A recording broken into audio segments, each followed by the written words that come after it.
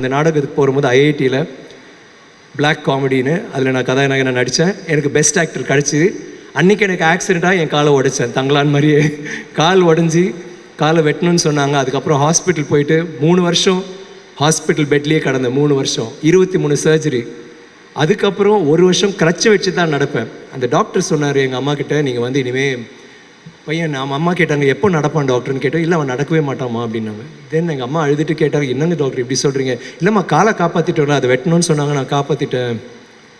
நான் வந்து இந்த மாதிரி வேறு எதுவும் பண்ண முடியாது, பட் கால் இருக்குல்லப்பா அப்படின்னு. கால் வச்சுட்டு என்ன டாக்டர் பண்ணும்போது அழுதுட்டு இருந்தாங்க. நான் வந்து ஏன் அழுகுற, நான் நடப்பேன். நான் வந்து எல்லாருக்கும் தெரியும் நான் நடக்க முடியாது. ஏன்னா டாக்டரே சொல்லிட்டாரு, மோகன்தாஸ்னு சென்னையில் மிகப்பெரிய டாக்டர் சொல்லிட்டார் நடக்கவே முடியாதுன்ட்டு.